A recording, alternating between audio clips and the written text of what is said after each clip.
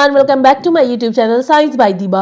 अब इस वीडियो में हम नेक्स्ट एक्सरसाइज को लगाने वाले हैं। वो कौन सी एक्सरसाइज है? एक्सरसाइज 1.6, जिसका हम लोग पहला क्वेश्चन सॉल्व करेंगे। ठीक है, अगर आप मेरी इस वीडियो को पहली बार देख रहे हैं तो फटाफट जाकर मेरे चैनल को सब्सक्राइब करिए, लाइक करिए, शेयर करिए। चलिए अब फर्स्ट क्वेश्चन देखते हैं। देखो फर्स्ट क्वेश्चन क्या लिखा हुआ है हमारी एनसीईआरटी में। पहले तो ये कौन सी है? एक्सरसाइज 1.6 है। ठीक है, जिसका हम लोग क्वेश्चन नंबर 1 सॉल्व कराने जा रहे हैं। क्वेश्चन नंबर 1 में क्या लिखा है? फाइंड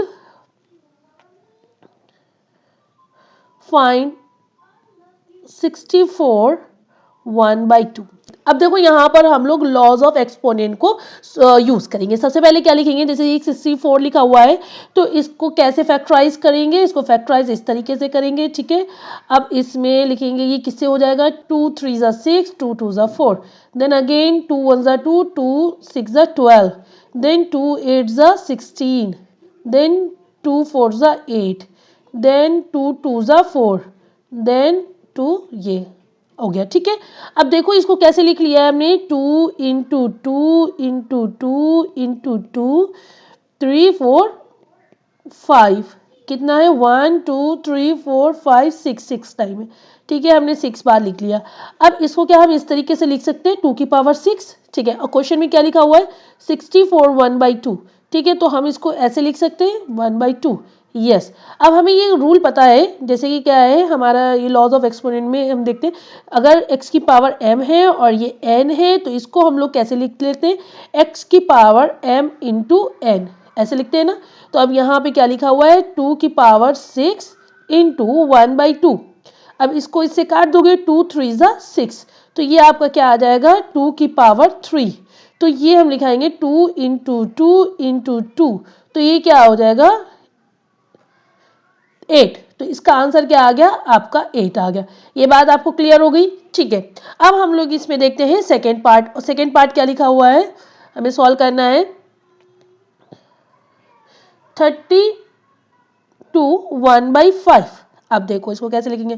32 को हम फैक्टराइज करेंगे। ठीक है, 2 1 ज़ा 2, 2 6 ज़ा 12, 2 8 ज़ा 16, 2 4 ज़ा 8, 2 2 ज़ा 4, 2 1 ज़ा 2, कितना हो गया? 1 2 3 4 5, 5 टाइम है। हमने यहाँ पे लिखा 2 इंटू 2 इंटू 2 इंटू 2 इंटू 2, हो गया 5। इसको हम 2 की पावर 5 लिख सकते हैं। यस, लिख सकते हैं। अब यहाँ पे क्या लिखा हुआ है क्वेश्चन में? 32 1/5, तो इसको हमने लिख लिया 1/5। अब हमें फॉर्मूला पता है। क्या फॉर्मूला है? x की पावर m और x n है तो इसका क्या लिख लेते हैं? x की पावर m इंटू n। तो यहाँ पर देखो क्या लिखा है? 2 की पावर 5, तो इसको मल्टीप्लाई कर देंगे 1 की पावर 5 से, इसको इससे काट दिया, बचा का क्या? 2। तो इसका आंसर आपका क्या आ जाएगा? 2। आई होप सो ये आपको क्लियर हो गया होगा। थर्ड पार्ट इसका क्या है? थर्ड पार्ट हम लोग देखेंगे। थर्ड पार्ट दिया है, एनसीईआरटी बुक का क्वेश्चन है। ठीक है, 125 की पावर 1/3। अब इसको कैसे सॉल्व करोगे? पहले 125 को हम फैक्टराइज करें। 1 2 5 करेंगे, 5 2 ज़ा 10, 5 5 ज़ा 25, देन 5 5 ज़ा 25, देन 5 1 ज़ा 5। तो ये क्या आ जाएगा आपका? 5 इंटू 5 इंटू 5, इसका मतलब 5 की पावर ये 3 है। और यहाँ पे क्वेश्चन में 125 1 की पावर 3 दिया हुआ था, तो इसको आप 1 की पावर 3 लिखोगे। और वही फॉर्मूला जो मैंने बताया हुआ है, x की पावर m है, ब्रैकेट में n है, इस तरीके से। तो इसको कैसे लिख लेते हो? m की पावर n, इस तरीके से लिखते हैं। तो ये क्या हो जाएगा? 5 की पावर 3 इंटू 1/3, 3 से 3 आपका कैंसिल हो जाएगा, ये आ जाएगा आपका 5। ये आपका आंसर आ गया। ठीक है, अब हम लोग, आई होप सो आपको ये तीनों पार्ट अच्छे से समझ में आ गए होंगे।